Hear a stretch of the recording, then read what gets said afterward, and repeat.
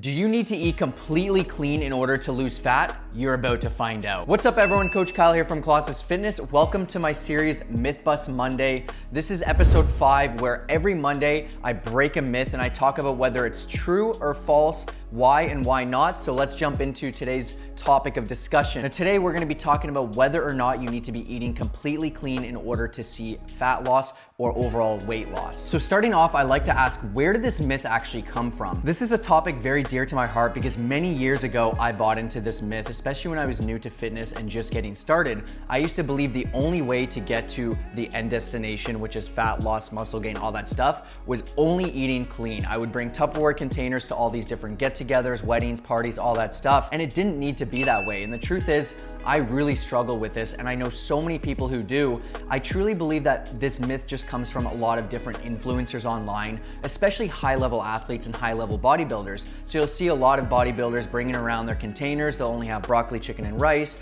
They'll never have anything different. They don't really have much food freedom. And so when you see these people who have accomplished such incredible things, you start to think that this is the only way. And a lot of them do actually promote it as that way. So I believe that that's actually where most of the clean eating myth has come from. Now let's talk about the truth. The number one determinant of the effectiveness of a diet is the ability of the dieter to adhere to the behavior over time. Now, luckily enough, there are tons of studies out there and a lot of great influencers, including Layton Norton, who started promoting flexible dieting from the very beginning, pretty much as soon as it came out, show how you can 100% get to your goal while still incorporating fun foods. With that, I do believe a lot of the restriction is coming back, especially as a lot of people are promoting these specific diets with no deviation, no ability for flexibility. There's a lot of demonizers out there going in grocery stores yelling, if you have this, you're gonna die and all this other stuff. Cruising around Target filming, I wanna show you guys something.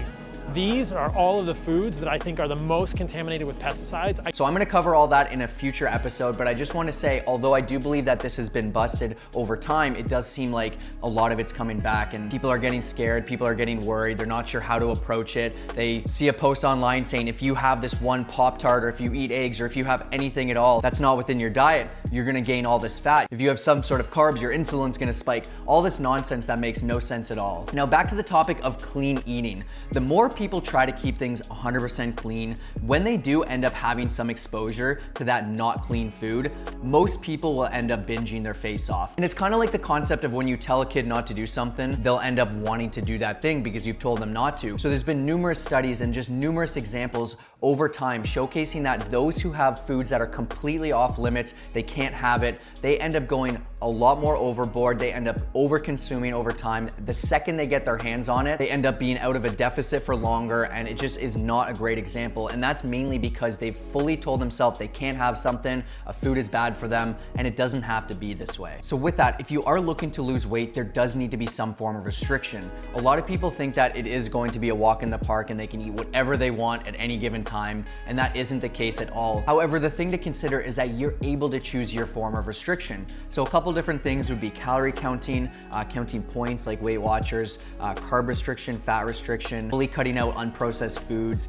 doing some sort of fasting. You'll need some sort of dietary restriction, calorie restriction, or time restriction. And the biggest thing is that all of them will work because for the most part, you'll be restricting your calories. And the thing you need to consider is that you should be picking the form of restriction that feels least restrictive to you. So you should be able to comfortably stick to this plan for a certain amount of time in order to see the best results. There's so many studies out there showcasing that you can get to the end destination and to your end goal still incorporating fun foods. And we like to call it the 80-20 principle, where 80% of your foods are healthy, whole foods, minimally processed, very little ingredients, very filling with high protein, high fiber. And then the other, let's say 20%, sometimes it could be 90-10 or 95-5, whatever you decide to choose, would be more of a fun food, something that you're looking forward to, something that you want to incorporate. And you can absolutely get to your end goal there. And if not, you can actually get there faster due to not having to worry about potential binge eating, being able to enjoy the process more, and all that good stuff. So with that, similar to all my myth busting episodes,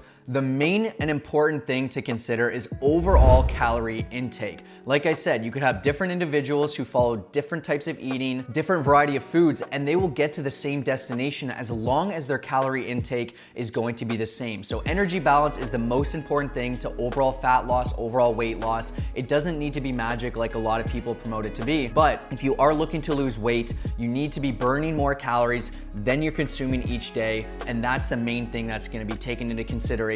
Whether it's clean or not, whether you're fasting, whether you eat late at night, do fasted cardio, any of that stuff. And there's gonna be a lot of people out there promoting their own specific way because that's what's worked for them, that's what's worked for others around them, but there's no one way to get to your final destination. There's many different paths that can get you there. A few final notes here. There are some people who will do much better on a highly restrictive diet. They will do better on more structure, less fun foods incorporated in. I do believe that most people will do better with flexible dieting, but I have seen a few different cases where, for example, if I give someone an inch, they'll end up taking a mile. So we do need to incorporate a fully structured, healthy whole food diet without any deviation. But once again, there are a few individuals who are like that. And if that is something that you struggle with, then you should lean towards more of a full clean eating approach because that's what's gonna work best for you. Now, number two here is that for some people, it'll be very hard to fit fun foods into their day. If you're in a very deep deficit where your calories are extremely low, if you're competing where you're at the end of your phase and once again your calories are low,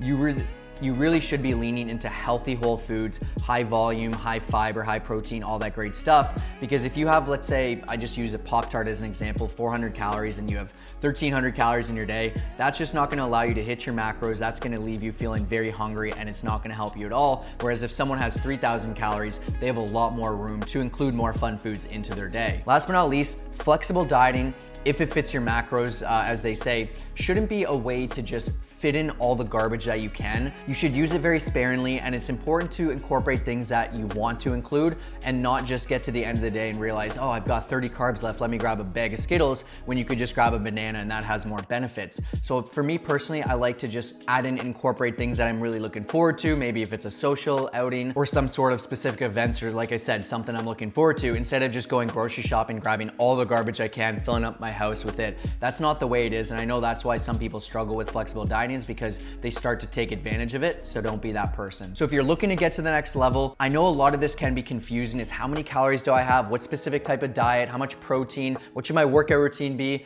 We've helped 4,500 people still have a social life, feel their absolute best, be able to travel, go to high level events, weddings, all that great stuff, all while losing fat, not having to bring Tupperware containers around to anything like that. Click that first link down below, fill out an application, there's no strings attached and it should only take you a few minutes. I'll reach out to you and make sure that I can support you on your journey, but hopefully this helps you out. Once again, this myth has been busted. You're still able to have fun foods, you should be able to have a social life, and the more that you can allow flexibility, the longer you're gonna be able to stick to it, and your diet should be something you should be able to do consistently for the rest of your life instead of a short phase. We'll see you in the next video for Myth Bust Monday. Peace out.